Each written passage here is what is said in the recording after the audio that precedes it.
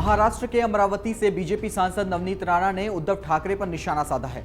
उन्होंने कहा, जो राम का नहीं, हनुमान का नहीं, वह किसी काम का नहीं। एक निजी टीवी चैनल से बातचीत करते हुए नवनीत राणा ने मुख्यमंत्री एकनाथ शिंदे को जमीनी नेता बताया। बीजेपी सांसद नवनीत ने आगे कहा कि शिंदे जमीनी स्तर पर बाल ठाकरे के साथ रहे हैं, वह पूरी तरह से शिवसेना के प्रतीक और उसकी विरासत के हकदार हैं। उन्होंने कटाक्ष करते हुए कहा कि एक बार पार्टी टूट जाती है तो 90% लोग नए गुट के साथ चले जाते हैं और चुनाव आयोग को नए गुट को पार्टी का नाम और सिंबल देना होता है। जानकारी हो कि चुनाव आयोग ने एकनाथ शिंदे गुट को असली शिवसेना मान लिया है। आयोग ने शुक्रवार शाम को शिंदे गुट को शिवसेना के नाम और तीर धनुष का चुनाव चिन्ह जो है वो इस्तेमाल करने की इजाजत दे दी है। महाराष्ट्र में एक बार फिर से सियासी भूचाल आ गया है। उद्धव गुट ने चुनाव आयोग के खिलाफ इस फैसले के खिलाफ में निंदा की है।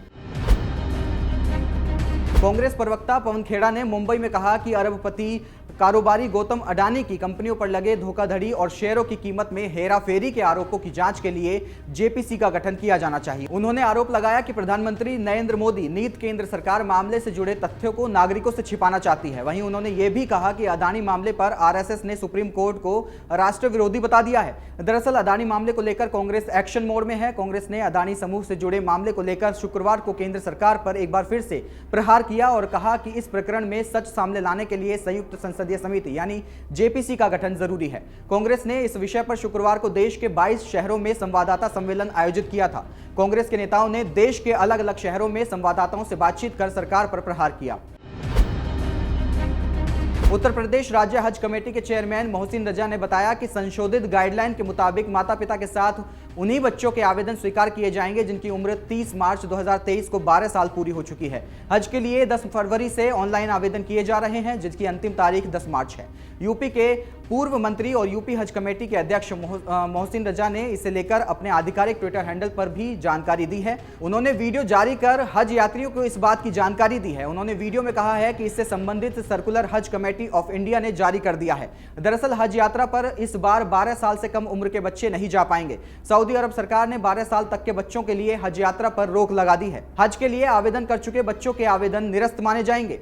वहीं सऊदी अरब सरकार के निर्णय के बाद में हज कमेटी ऑफ इंडिया ने नया सर्कुलर जारी कर इसकी जानकारी दे दी है।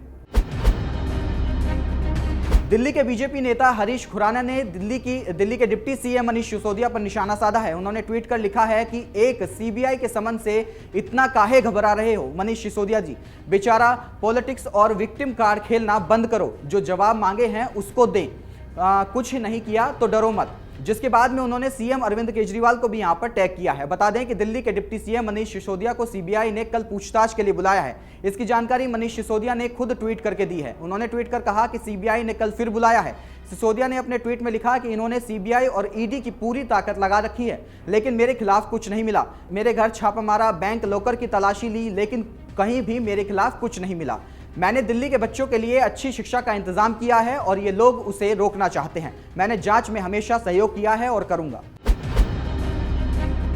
एआईएमआईएम के मुख्य और सांसद असदुद्दीन ओवैसी ने हरियाणा के भिवानी में कार से 2 शव बरामद होने के मामले में राजस्थान की कांग्रेस सरकार और हरियाणा की बीजेपी सरकार को घेरा है। ओवैसी ने कहा है कि संगठित तरीके से मुसलमानों को निशाना बनाया जा रहा है और आरोपियों को बीजेपी सरकार का पूरा सपोर्ट मिला हुआ है। मीडिया से बातचीत में उन्होंने कहा कि पीड़ित के परिजनों ने बताया कि मोनू मानेसर नाम के युवक की संलिप्तता का पता चला है। मोनू हरियाणा की बीजेपी सरकार का चहेता है। उसने वारिस नाम के व्यक्ति को मारा पीटा था और इस घटना को यूट्यूब पर लाइव दिखाया। बाद में उस शख्स की मौत हो गई। कोई ऐसा महीना नहीं होता जब मारपीट नहीं की जाती है। दिल्ली से 100 किलोमीटर दूर 2 लोगों को जिंदा जलाया जाता है और हरियाणा सरकार उन्हें गिरफ्तार नहीं करती। एफआईआर में नाम आया फिर भी गिरफ्तारी नहीं। मैं बीजेपी और नरेंद्र मोदी से पूछता हूं कि आप इस पर कुछ बोलेंगे या नहीं। क्या ये पसमादा मुस्लिम से प्यार है आपका? इस पर अब मोहन भागवत क्या बोलेंगे?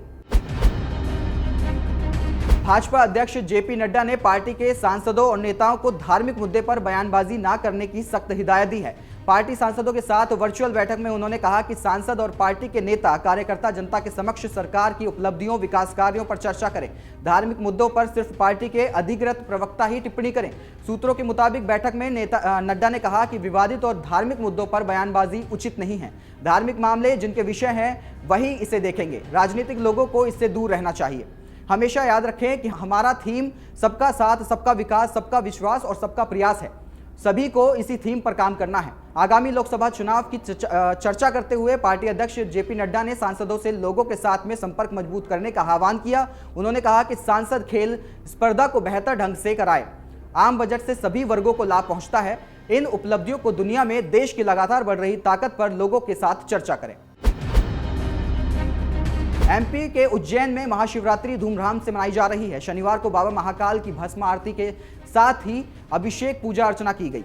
कालों का काल कहे जाने वाले महाकाल के सामने महामृत्युंजय मंत्र का जाप किया। इस मौके पर देश भर से हजारों श्रद्धालु महाकाल दर्शन के लिए उज्जैन पहुंच रहे हैं। इस बार महाशिवरात्रि पर करीब 10 लाख श्रद्धालुओं के आने की उम्मीद है। यही एक दिन होता है जब बाबा महाकाल का मंदिर 44 घंटे के लिए खुला रहता है। महाशिवरात्रि को देखते हुए महाकालेश्वर प्रबंधन समिति और जिला प्रशासन ने सभी तैयारियां कर रखी हैं। देश के 12 ज्योतिर्लिंगों में महाकालेश्वर ज्योतिर्लिंग का अपना एक अलग महत्व है। महाकाल मंदिर विश्व में एकमात्र ऐसा शिव मंदिर है जहां दक्षिण मुखी शिवलिंग है। यह स्वयंभू शिवलिंग है। कहा जाता है कि यह शिवलिंग जागृत है। इस वजह से तड़के 3 बजे से भस्म आरती करने का विधान है। शनिवार को भी महाकाल का दर्शन करने आए भक्त मंदिर परिसर के अंदर और बाहर लंबी लंबी लाइनों में खड़े हुए देखे गए। महाशिवरात्रि के दिन गोरक्ष नगरी में मुख्यमंत्री योगी आदित्यनाथ ने अपने आवास में ही रुद्राभिषेक किया। इस दौरान उन्होंने देवादिदेव भगवान शिव के संपूर्ण विश्व के कल्याण, उद्धार, समृद्धि एवं शांति के लिए प्रार्थना की। ट्वीट कर मुख्यमंत्री ने बताया कि रुद्राभिषेक करके उन्होंने महादेव से विश्व कल्याण की कामना की।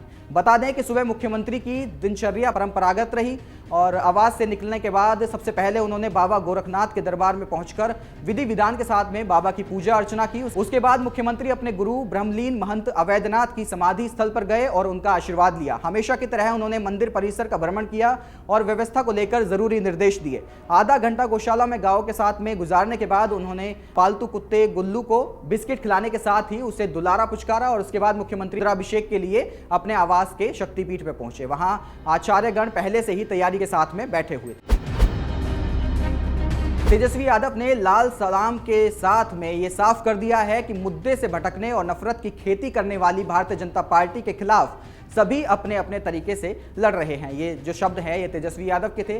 उन्होंने कहा कि अब एक कॉमन रोड मैप तैयार करना होगा। क्षेत्रीय दल तैयार हैं, निर्णय अब कांग्रेस के हाथ में है। उप मुख्यमंत्री तेजस्वी यादव ने मंच लूटते हुए कहा कि बिहार की धरती पर वामदल के अधिवेशन ने पूरे देश को उम्मीद दी है। बिहार की धरती से ही जवाब मिलेगा। पूरे देश में चुनी हुई सरकार को येन केन प्रकारेण भाजपा गिरा दे रही थी, लेकिन बिहार में हमने उसके साथ खेला कर दिया। बस अंतर यही है कि हमने देश हित में यह किया। उन्होंने कहा कि हमें मोदी नहीं मुद्दे की बात करनी है। बेरोजगारी, महंगाई, किसान समस्या, गरीब की बात करनी है। चीन के खतरे की बात करनी है। देश की आर्थिक स्थिति की बात करनी है। ना कि हिंदू मुसलमान, मस्जिद, मंदिर और गाय या कश्मीर की बात करनी है। नीतीश कुमार ने फिर एक बार बीजेपी विरोधी गठबंधन को लेकर बड़ा बयान दिया है। उन्होंने अब गेंद कांग्रेस के पाले में फेंक दी है और सोनिया और राहुल गांधी से विपक्षी एकता की पहल करने के लिए कहा है। उन्होंने पटना में आयोजित CPI-ML के राष्ट्रीय कन्वेंशन को संबोधित करते हुए कहा कि मैंने दिल्ली जाकर सोनिया और राहुल गांधी से मुलाकात की थी। अब कांग्रेस को आगे पर फैसला लेना चाहिए। अगर हम सब मिल जाएं तो बीजेपी 100 से भी कम सीट जीत सकेगी। इसलिए कांग्रेस को विपक्षी एकजुटता में देरी नहीं करनी चाहिए। वहीं तेजस्वी यादव ने इस दौरान बीजेपी पर जमकर हमला बोला। तेजस्वी ने कहा, बीजेपी के साथ रहने पर आप पर कितना भी दाग लगा होगा वॉशिंग मशीन में अंदर साफ कर दिया जाएगा। आज देश का माहौल और परिस्थिति ऐसी है कि भाजपा के खिलाफ बोलने पर आप पर छापे मारे जाएंगे, चरित्र हनन किया जाएगा, छवि को बिगाड़ा जाएगा या जेल भेजा जाएगा। और अगर आप भाजपा के साथ रहोगे तो आप हरिश्चंद्र कहलाओगे। डाउनलोड करें अमर उजाला ऐप और पाएं खबरें लगातार। अगर आप ये वीडियो YouTube पर देख रहे हैं तो हमारे चैनल को सब्सक्राइब करें और बेल आइकन को दबाना ना भूलें। अगर आप Facebook पर ये वीडियो देख रहे हैं तो हमारे पेज को लाइक करें।